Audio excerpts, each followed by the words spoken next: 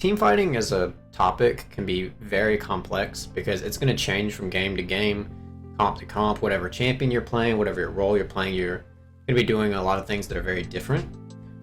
But with this video, what I'm going to be focusing on is something that's much more replicable, and it's what you're supposed to do before the fight. How you make sure that you have everything ready, you've gone through the checklist, and you're much more likely to win it even if you make a mechanical mistake or if you don't play it perfectly. That I think is going to be far more valuable than trying to go through a million different examples of a million different team fights, at least for the sake of one video. As I like to do in my videos, I'm just going to list out all the different parts, give the information for each sequentially, and then you can jump to whatever part you want if you don't feel like going through it all at once. Ideally you would, but hey, you can do what you want. And then after that, I will have some examples from multiple elos so that you can see what it actually looks like in a game.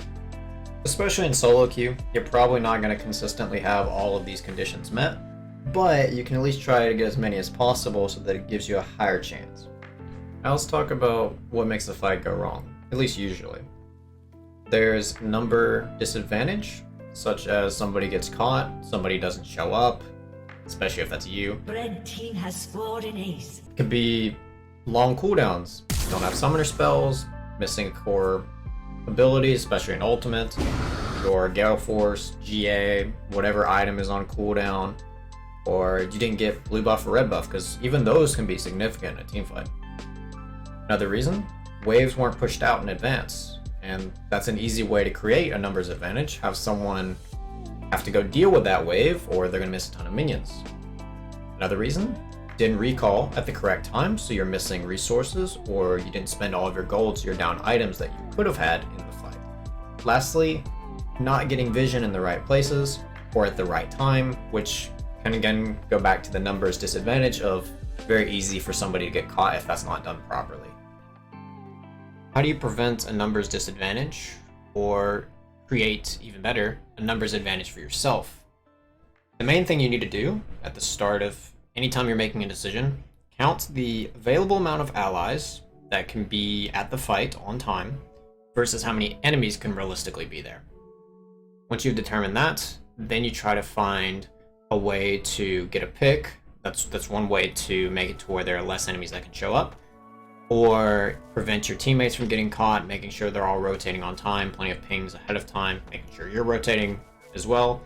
If you have teleport, that's even better, because then you can make sure that you have plenty of pressure on the other side of the map, and then you teleport in to work with that.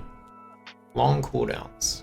In the early game, it's not as much of a concern if you burn a summoner spell or an ultimate, because you're just trying to build your lead.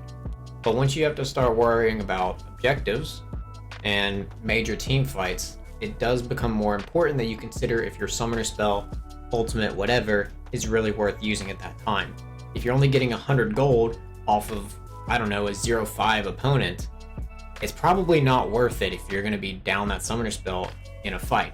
However, if you're killing them and then they're not going to be able to get to the dragon because of their death timer, then there's a lot more value. So you have to consider when they're going to be able to show up to the fight, if at all, as well as how badly do you need that summoner spell, because some champions need their summoner spells much more than others, and that's also going to depend on the enemy team comp.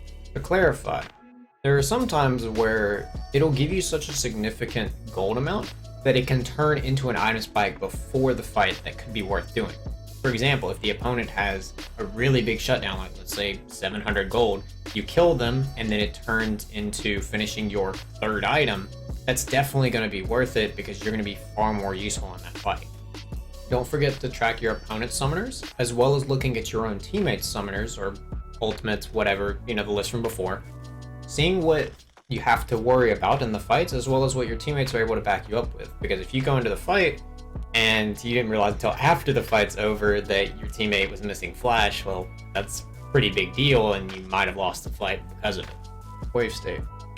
This one can be a little bit tricky because ideally you would want the waves to be pushed out shortly before whatever fight you're taking, because then the opponent misses out on the minions. However, you do also need to take into account if that's realistic. Sometimes you're gonna end up getting caught if you try to do that, so it's not worth going for. Or it may make it to where you're late to the fight, your teammates are already posturing like they want to fight because ape solo queue mode. They fight before you can get there, they die, and then it's all a waste. Even if you crash the wave, it doesn't do anything. So you need to make sure that you are pushing in the waves when you can, especially if your teammates are also pushing waves, but they're not about to fight. That's a great time to do it. But if they do look like they're about to start a fight, especially if the enemy team has heavy engage, like a Leona, Malphite, something like that, you need to be willing to drop a wave sometimes and just hover. Of course, junglers can also push out the waves, but a lot of time their version is just dropping a camp. However, since you know that the enemy wants that, that's also a great way to set up a pick. If you know that, okay, the wave's going to be here at whatever specific time before the dragon, or herald, whatever it may be, you can go get your teammates ready, pick them off, and then set up whatever fight because you've prepared all of this ahead of time. Recalls. I have a video on my channel already about this. I will link in the description if you want a more in-depth explanation. But the main thing is just making sure that your recalls are relatively close to whenever you want to take the fight, ideally as close as possible, so that you have spent all of your gold, get whatever item spike you're looking for, and your full resources, such as your health and mana. Vision. The main way that people mess this up is they'll try to go for a deep ward and they get caught. You have been slain. Easy solutions to this are go with your teammates, assuming that your teammates have some form of skill shot that they can throw into brushes, make sure it's safe before you walk into it. That's a great way to do it. But also, you need to make sure that your wards are in positions that are actually going to see the enemy. They need to be through choke points where the enemy has to walk through. There's no point in throwing a ward like, let's say here, when the enemies are going to go through this way and you're not going to see them. This one is number advantage, and it's going to be using a silver gameplay. I'm following the Lee Sin for this. So he's deciding that he wants to do Drake. It's up in about 5 seconds. Now here's the problem with that. He doesn't have enough information. And I'm not showing the summoner spells because I don't want to show the usernames, but the Alawi has teleport out. So Alawi has teleport, Nasus has ghost, so he can't match the teleport. And he's looking to set up this dragon. But you can see here, even though he didn't have vision before, now you can see for certain Soraka shows through this little ward here, and then eventually some others are going to show as well. So this is going to be a really ugly fight that he does not want to start. Azir also needs some time to rotate, and then it just gets nasty. It gets collapsed on. You also have to consider that when you're tanking Drake, it's kind of like you add another champion on in the fights. Like, let's say it's a, right now, 3v4, I guess. I don't know, it's kind of weird because where they're all positioned. I guess, like, yeah, 3v3, and then you add on the Drake, 3v4. Oh, wait, no, the Yee's inside queue. Okay, so it's like a 3v5. Instead of, if the Drake wasn't there, kind of like a 3v4. I know it's not a perfect little addition with the Drake, but it does a decent amount of damage. It also does, of course, depend on which type of Drake, because Ocean Drake likes to slow, and it's very annoying, but the concept's still there. So the fight was absolutely horrendous, because that's just numbers disadvantage. For the cooldown one, I'm going to use my own game, because I remember during the game doing it, being angry with myself. We still won the game, and it didn't really impact the game overall, but I still knew it was a really bad mistake. So, for context, we kind of chase a little bit, nothing happens here. I see the Bard. Now if I turn on objective timers, there is a little bit under 2.5 minutes until the dragon spawns. That's all we're really playing for. We're just trying to get our Drakes going because we already have a great lead. I just need to make sure that I don't die. If anything, I should just hold on to my flash to make sure that if I do something stupid, I can use it to get out and not give up my bounty. But instead I decide, there's a 1, 4, and 8 Bard that deserves divine punishment. So I flash. Like an ape.